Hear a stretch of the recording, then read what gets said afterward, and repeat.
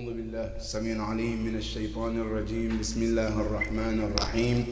الحمد لله رب العالمين، والصلاة والسلام على أشرف الأنبياء والمرسلين، سيدي وحبيبي ونور قلبي، طب القلوب ودوائها وعافية الأبدان وشفائها ونور الأبصار وضيائها، أبي القاسم محمد.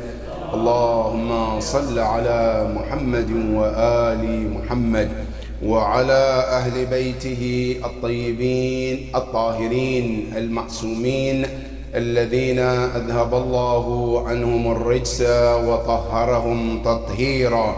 اللهم صل على محمد وآل محمد وعجل فرجهم. جزاك الله خير. قال الله سبحانه وتعالى في كتابه الكريم: بسم الله الرحمن الرحيم. ولله ما في السماوات وما في الأرض ليجزي الله الذين أساءوا بما عملوا ويجزي الذين أحسنوا بالحسنى الذين يجتنبون كبائر الإثم والفواحش إلا اللمم إن ربك واسع المغفرة هو أعلم بكم إذ أنشأكم من الأرض وإذ أنتم أجنة في بطون أمهاتكم فلا تزكوا أنفسكم هو أعلم بمن اتقى. صدق الله العلي العظيم. اللهم صل على محمد وآل محمد. عباد الله، أوصيكم ونفسي بتقوى الله. My dear brothers and sisters, Assalamu alaikum wa rahmatullahi ta'ala wa barakatuh. Another day to thank Allah subhanahu wa ta'ala for all his blessings. Another day to look around and appreciate Allah's blessings around ourselves. Another day to thank Allah subhanahu wa ta'ala for all these great blessings. It is mentioned that three things you always need to remember and be grateful to Allah subhanahu wa ta'ala. Even if we may forget everything, never forget these three things. Number one,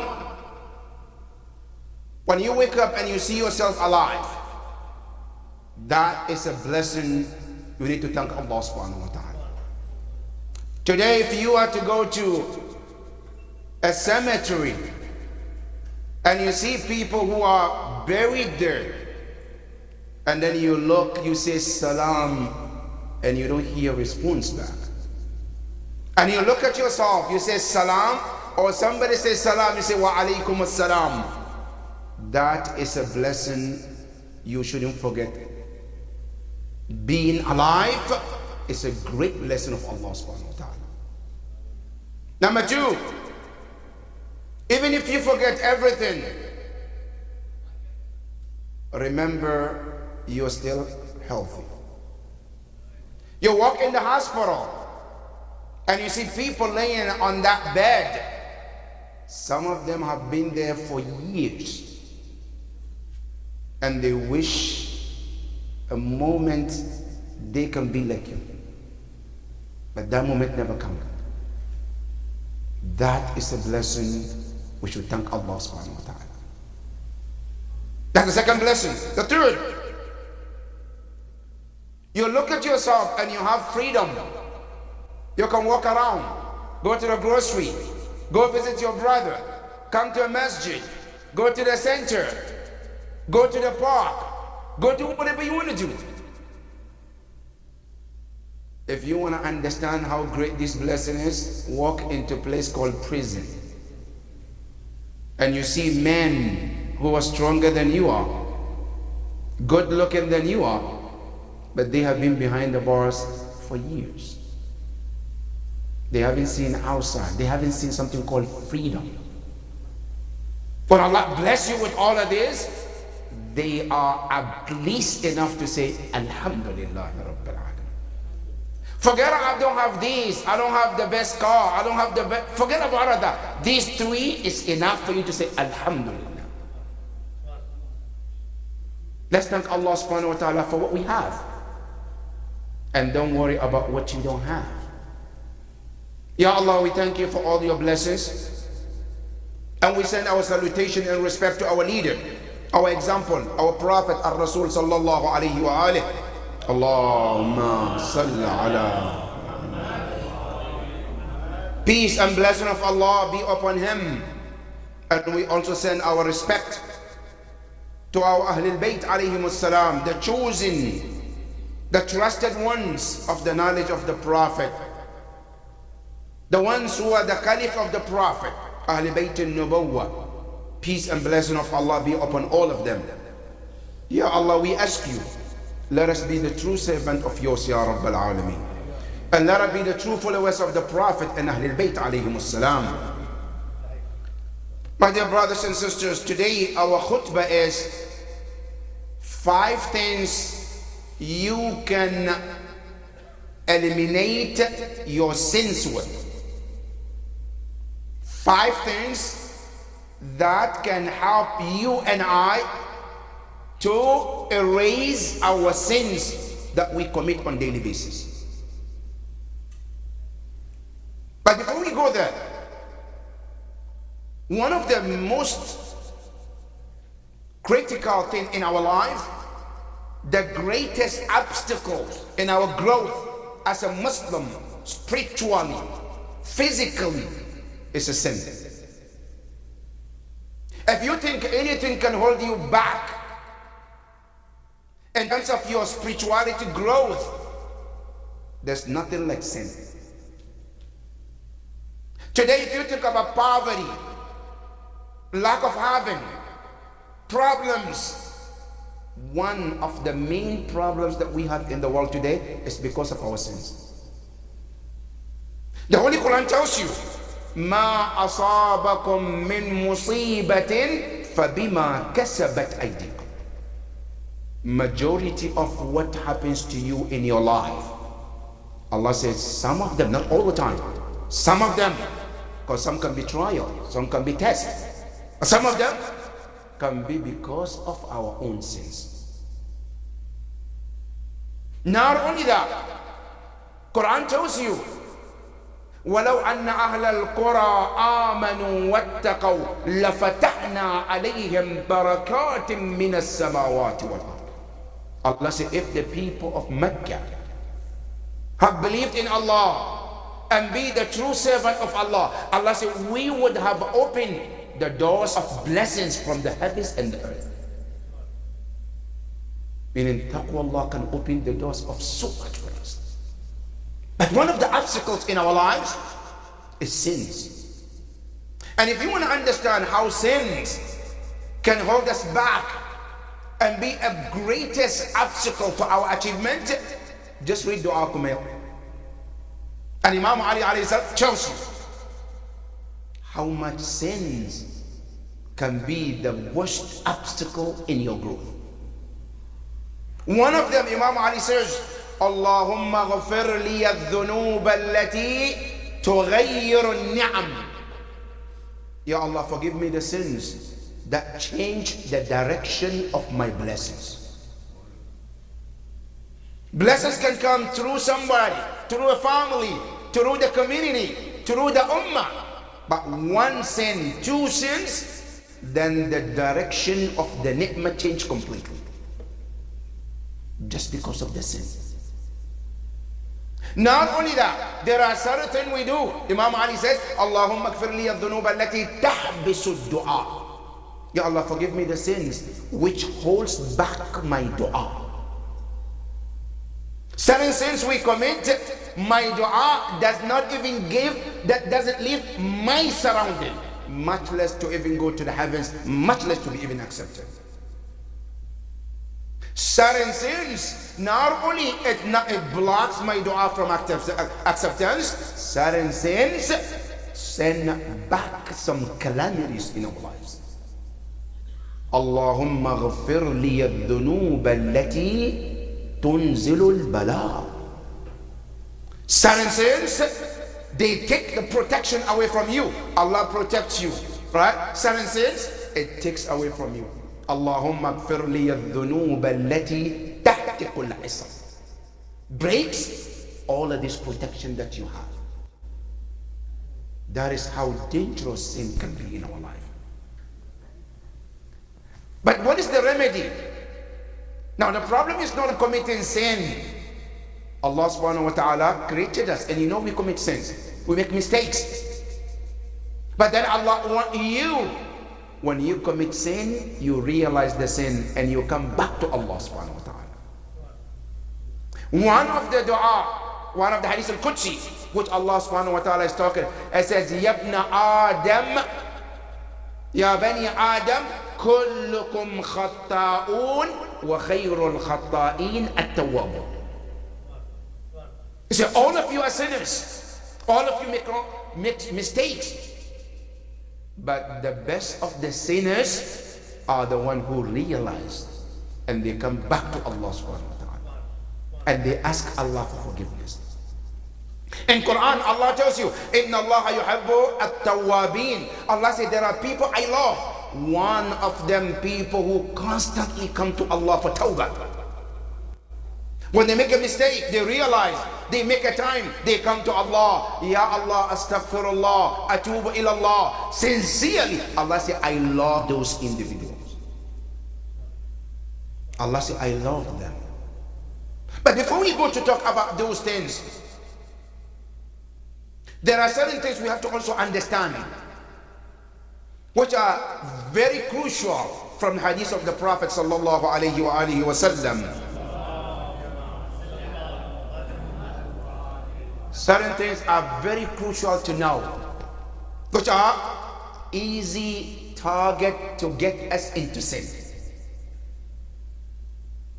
Yes, sin is haram, but Islam also tells you, don't put yourself vulnerable in the places you will be easily to commit sin.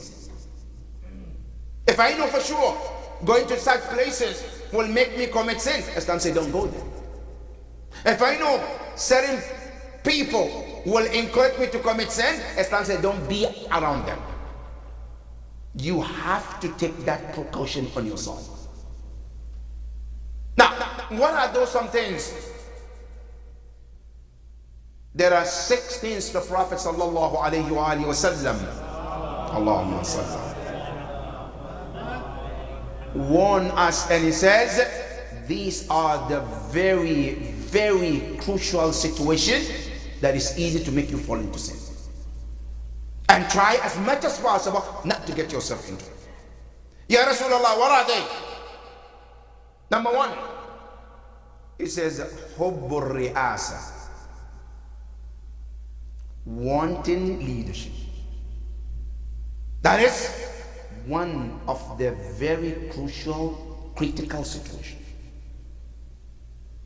If you were to put in a situation to be a leader or not to be a leader, always choose not to be a leader. Many oftentimes we fight on leadership. You know why? Because we don't know what the leadership is all about. Because we don't understand what is the consequence of the leadership. Now, number 1, what to understand about what the leadership is about. Leadership means what? Whoever you lead, Yawmul Qiyamah, you will be the one to talk on their behalf too. Now, am I ready to take care of myself on other people, Yawmul Qiyamah? Now, listen to the Quran. Allah subhanahu wa ta'ala says, يَوْمَ نَدْعُو كُلَّ أُنَاسٍ بِإِمَامِهِمْ. On the day of Qiyamah, we will call every group by any person who they took as a leader. So if I stand to say, I'm the leader of these people, Yawmul Qiyamah, I should be the one to answer Allah on their behalf before Allah asks them to. That is how dangerous leadership is.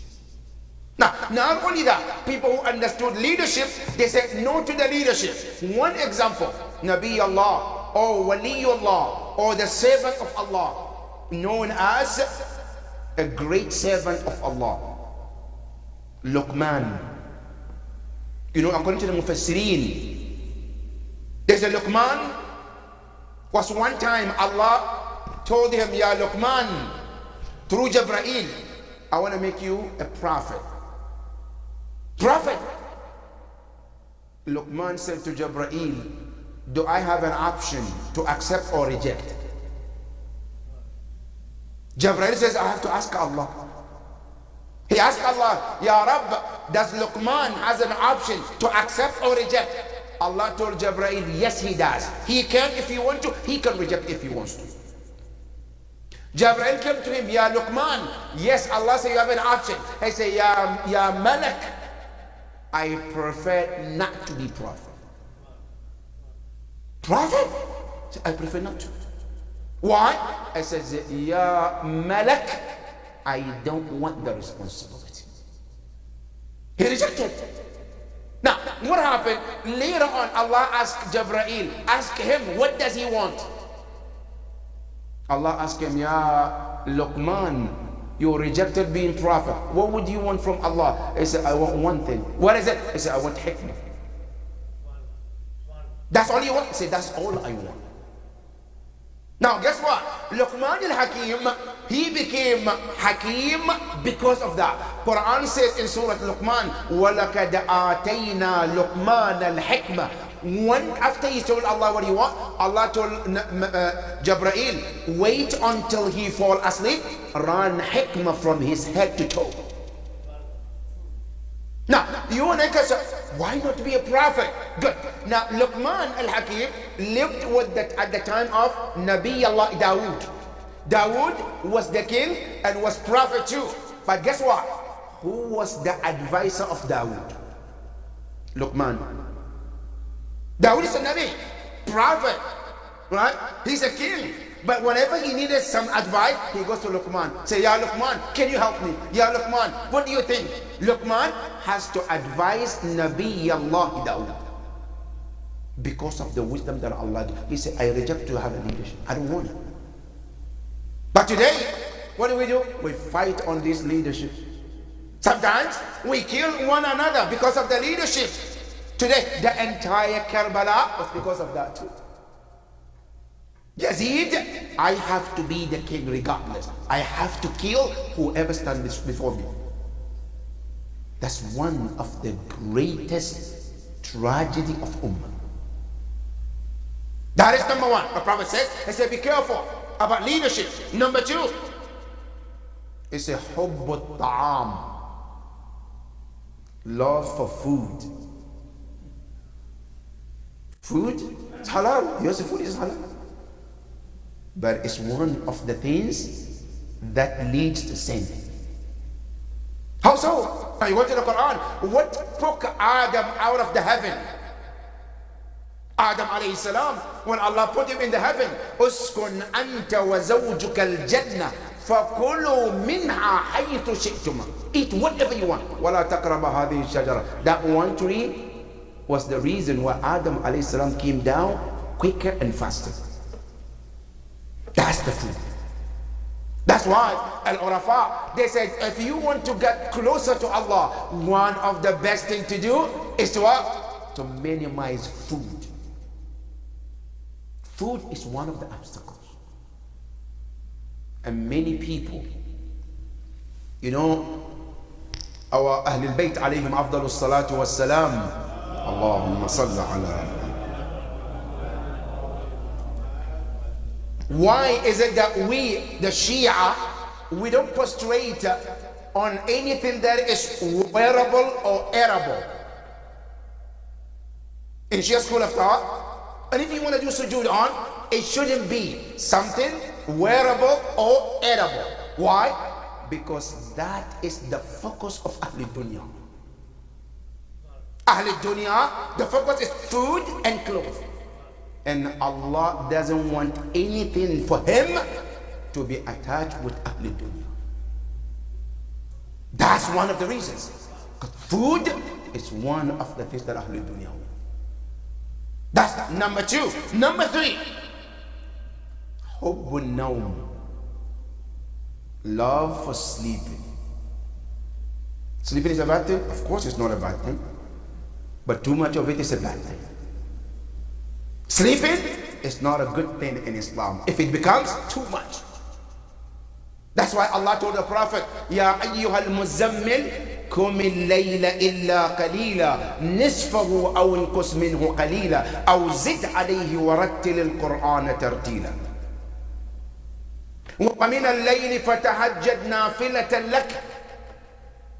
Make some time at your night for Allah subhanahu wa ta'ala. Don't let the entire night for your sleep. Make some for Allah subhanahu wa ta'ala. That is one of the things that can also be used for sin. Not only that, the Prophet says, another one, hubbur raha, love for rest. Love for rest. Now, there's one hadith of Prophet sallallahu alayhi wa sallam. He said, Inna Allah lam yakhluq al-rahata fi hadha al-alam. Allah didn't create a rest in this world. وَالنَّاسُ يَتْلُبُونَهَا فَلَا يَجِدُونَهَا. Allah didn't create this world to be the place of rest. The actual resting place is Yawm al-Qiyamah. Allah tells you in Surah Al-Inshiqaq, Ya ayyuha al-insan, innaka kadihun ila rabbika kadhan famulaqih. You human being, we created you from one struggle to another struggle till the day you meet your Lord. This world is never the world of rest. Now you might think one thing can make me rest. Now when you get it, then you realize, oh, that's not the rest that I'm looking for. Then something comes up. You get it, then something comes up. There is never a moment you can say, I'm resting in this world. Because the true rest is not meant for this world. That true rest is your world. Prophet says, this is one of the things that can lead to sin. Another one, he says, Hubbud dunya, loving for this world. Now, hubbud dunya can be for good reason, can be the bad reasons too. Alright? Now, all of this, the Prophet says, is one of the things that can lead to sins. Now, Ya Rasulullah, when we commit sin, what are the things they call kaffaratul dhunub, which helps to eliminate our sin quicker? Number one, the Prophet sallallahu alayhi wa sallam, it says, Al-qawlu la ilaha illallah. This word, la ilaha illallah, is one of the things that help sins to be forgiven. And one hadith from Imam Ja'far al-Sadiq alayhi afdalu salatu wassalam, he says, لَقِّنُوا مَوْتَاكُمْ بِلَا إِلَهَ إِلَّا اللَّهِ. He said, when somebody is about the edge of death, somebody is in sakaratul maut, as you see the signs of death, I said, do talqeen for them. Say to them, let them repeat. What? I said, La ilaha illallah. Why, Ya Rasulullah? He says, فَقَالُوا يَا رَسُولَ اللَّهِ فَإِنَّهَا تَحْدِمُ الذُّنُوبَ هَدْمًا. It's because La ilaha illallah, it destroys, it demolishes sins the way we demolish homes and houses. That kalima La ilaha illallah is one of the way to go. Whenever you feel, I have sins, I need to get rid of them. One of them is one of the way to do it is what? La ilaha illallah Muhammadur Rasulullah. Allahumma salli alayhi. The narrator said that when Rasulullah made this statement, somebody asked him, Ya Rasulullah, you said when somebody is dying, فَكَيْفَ مَنْ كَانَ فِي صِحَّتِهِ. What about a person who's still alive, who is healthy? Then the Prophet says that ذَلِكَ أَهْدَمْ وَأَهْدَمْ وَأَهْدَمْ. So that will even destroy it more and more and more. 3 times the Prophet repeated, saying La ilaha illallah. That word is a very powerful word. To do what? To wipe sins. That is number one. Number two, Ya Rasulullah, what else can destroy our sins before we meet Allah subhanahu wa ta'ala? Then the Prophet says, Al-istighfar. Say it, Astaghfirullah Rabbi wa atubu ilayh. Or astaghfirullah also it works when it comes to sins. This sentence, astaghfirullah, what did our sixth Imam, alayhi afdalus salatu was salam, said? He says in one of the narrations, and this hadith can be found in a book called Thawab al-A'mal wa Iqaba. Now, he says, Man istaghfar Allah, whoever said astaghfirullah, hina ya'wa ila firashi, before or at the time of bed. I'm winding down, go to sleep, I take a moment, astaghfirullah, Rabbi wa atubu ilayh. How many times? Mi'atu marra, 100 times. What happened? It says, tahatat dhunubahu kama tasqutu waraq al-shajar. When you take this moment, before I close my eyes to fall asleep, I say astaghfirullah 100 times. Imam says your sins falls like the way the leaves falls from the tree. That's how much Allah forgives your sins. Now, when you take this hadith of Imam, you go to the Quran. In Surah Nuh, Allah also says similar to that, where He says, فَقُلْتُ اسْتَغْفِرُوا رَبَّكُمْ إِنَّهُ كَانَ غَفَّارًا يُرْسِلِ السَّمَاءَ عَلَيْكُمْ مِدْرَارًا. Nuh alayhi salam told his people, Astaghfiru rabbakum, ask Allah for forgiveness. Innahu kana ghaffara. And Allah will forgive you. That's number 2. Number 3, some of the things that also can wipe your sins. It's called Kansul Masjid, sweeping mosque. Sweeping. Now today, that's one the listing that we don't want to do. Taking a moment and vacuum a masjid where people pray. Hadith of Rasulullah sallallahu alayhi wa sallam. Allahumma said it also helped to wipe off your sins. Now this hadith comes from the Prophet. And he says not only it helps, especially certain nights. The one night, it says Yawm al-Khamis, on Thursdays. Not only that, if you can, it's a Laylatul Jum'ah, the night of Friday, the last night. He says, what the hadith of the Prophet says, it says, Man kanasa, whoever took upon themselves to do what? To vacuum, to clean the mosque where people come to pray, where salat is being performed. Right? He says, kharaja, he will come out of that place, ma yazri fil ayn ghafarallahu anhu. I say everything that can be seen of his sin will not be seen because he cleaned the house of Allah. That's how powerful cleaning the house of Allah can give us that tawfiq from forgiving our sins. Another one, the Prophet sallallahu alayhi wa sallam, he says, as-sajdatu mutlaqan aw sajdat al-shukr. Sajdat al-shukr, to go into sujood, to thank Allah. Now, not even thank Allah, just go into sujood and just for the sake of Allah. That also erases your sins as well. Now, these brothers and sisters, I call it these like extra credit. Many of the time, what do we do istighfar? We wait for Ramadan, Laylat al-Qadr. We go to Hajj to ask Allah to forgive our sins, or we go to Umrah, or we go to, for example, for Ziyarah, asking Allah to forgive our sins. But these are extra credit Ahlul Bayt and the Prophet give you. While you're at home, while you are local, you can still find ways for Allah to forgive your sins. One of them is a sajda. When you find yourself into sujood, you know the most beloved act that Allah loves the most is sujood. Especially if that sujood is for what? For shukran lillahi subhanahu wa ta'ala.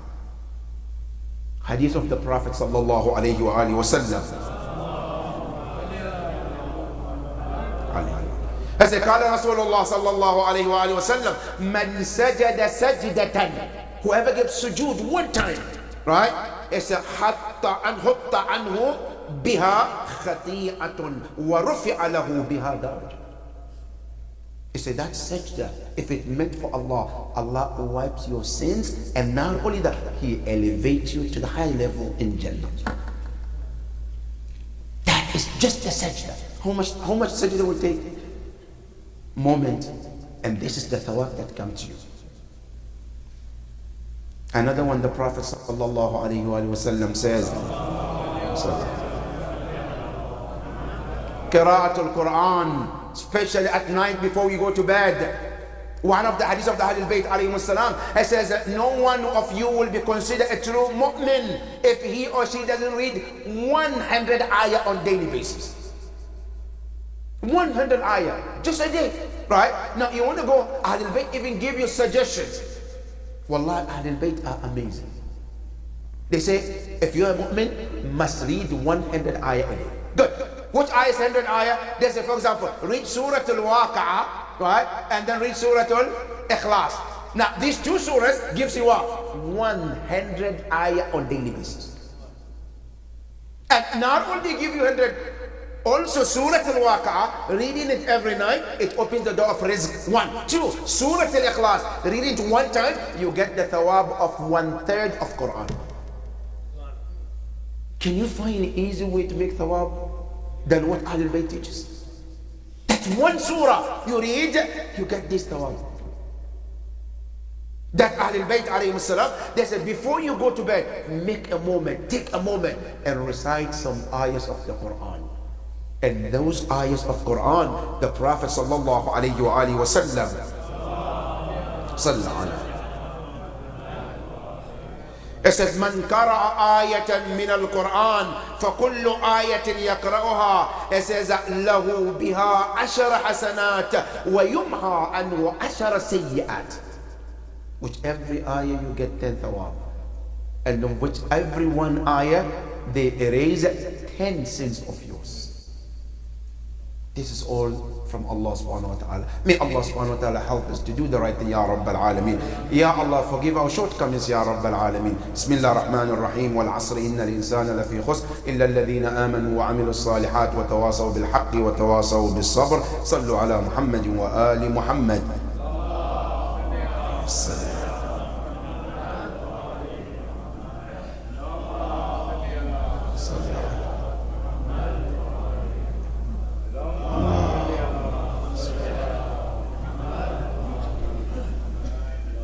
بسم الله الرحمن الرحيم. الحمد لله رب العالمين، ثم الصلاة والسلام على محمد وآل محمد. اللهم صل على محمد وآل محمد. اللهم صل وسلم على علي أمير المؤمنين وعلى فاطمة الزهراء وعلى الحسن والحسين سيدي شباب أهل الجنة أجمعين، وعلى علي بن الحسين زين العابدين ومحمد بن علي باقر علم النبيين وجعفر بن محمد الصادق وموسى بن جعفر الكاظم وعلي بن موسى الرضا ومحمد بن علي الجواد وعلي بن محمد الهادي والحسن بن علي العسكري والحجة بن الحسن المهدي عجل الله تعالى فرجه وسهل الله مخرجه وجعلنا من أعوانه وأنصاره ومن المستشهدين بين يديه جميعا ورحمة الله وبركاته.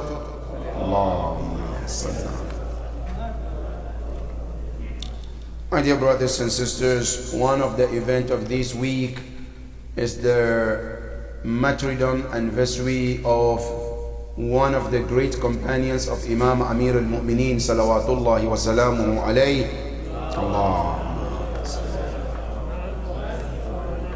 Which is Kumail ibn Ziyad al-Nakha'i. Kumail is one of the great companions of Imam Ali and Amir al-Mu'mineen. And Kumail ibn Ziyad, he lived at the time of Imam Ali, and actually he was one of those who did bay'ah to Imam Ali alayhi salam. And then after Imam Ali, he was with Imam al-Hasan alayhi salam. He was also with Imam al-Hussein alayhi salam. He also saw Al-Imam Zayn al-Abidin alayhi afdalu salatu wa salam. Allahumma salli ala.